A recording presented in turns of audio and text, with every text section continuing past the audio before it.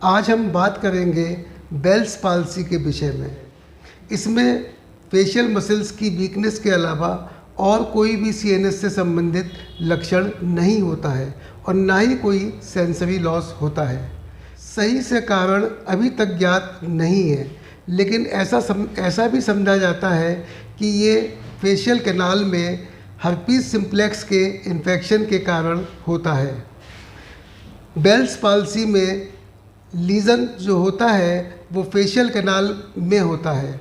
हालांकि facial nerve paralysis में legion कहीं पे भी हो सकता है, लेकिन बेल्स पाल्सी में फेशियल कैनाल में ही होता है।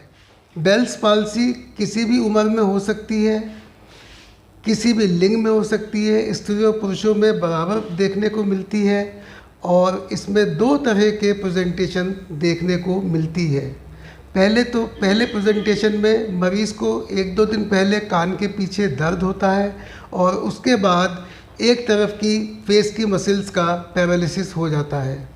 दूसरे प्रकार के मरीज़ों में कान के पीछे कोई दर्द नहीं होता और एकदम अचानक ही एक तरफ की फेस की मसल्स का पैरालिसिस हो जाता है। फेशियल पैरालिसिस के मुख्य लक्षण हैं अफेक्टेड साइट में माथे में सिलवटों का कम हो जाना या गायब हो जाना, ऊपरी पलक का नीचे झुक जाना, आँख से पानी आना, नेज़ोलेबियल फोल्ड का कम हो जाना या गायब हो जाना, एंगल ऑफ माउथ का नीचे झुक जाना, मुंह से पानी भरने में कहने पे पानी को मुंह में ना रोक पाना और पानी का अफेक्टेड साइड से निकल जाना, खाते समय खाने का गाल और दांतों के बीच में रुक जाना। अगर मरीज़ से ये कहा जाए कि पानी भर के मुँह में और उसको धार छोड़ो तो धार का सीधे ना निकलना बल्कि टेढ़ा निकलना, इस तरह के ये मेन जो है लक्षण हैं फेशियल पैरालिसिस। बेल्स पाल्सी की पकड़ के लिए किसी भी इन्वेस्टिगेशन की आवश्यकता नहीं होती है। सभी इन्वेस्टिगेशंस नॉर्मल होते हैं और इसकी पकड़ केवल पेशेंट के इतिहास और परीक्षण के आधार पर ही होती है। वैसे तो बेल्स पाल्सी का डायग्नोसिस स्ट्रेट फॉरवर्ड होती है, लेकिन कभी कभी ये कन्फ्यूजन होता है कि ये सुप्रान्यूक्लियर पैरालिसिस है या इंफ्रान्यूक्लियर फेशियल पैरालिसिस है।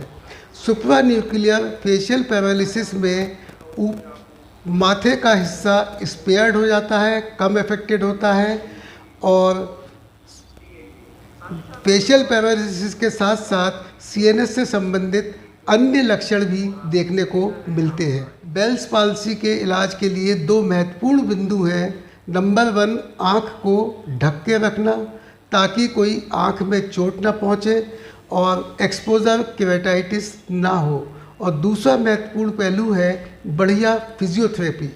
बेल्स पाल्सी के 80% लोग करीब कुछ हफ्तों से लेकर कुछ महीनों में पूर्णतः ठीक हो जाते हैं, यानी कि कंप्लीट रिकवरी हो जाती है।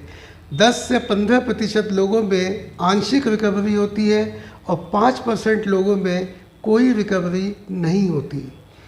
इन सब को देखते हुए मैं ये कहना चाहूँगा कि बेल्स पाल्सी अगर किसी को है तो बहुत ज़्यादा घबराने की या डरने की आवश्यकता नहीं है, क्योंकि बेल्स पाल्सी में एक तो फेशियल पैरालिसिस के अलावा और कोई भी सीएनएस से संबंधित लक्षण नहीं होता और कोई सीएनएस से संबंधित नुकसान नहीं होता, और दूसरे बेल्स पाल्सी के 80% से ज़्यादा लोगों में पूर्ण रिकवरी हो जाती है।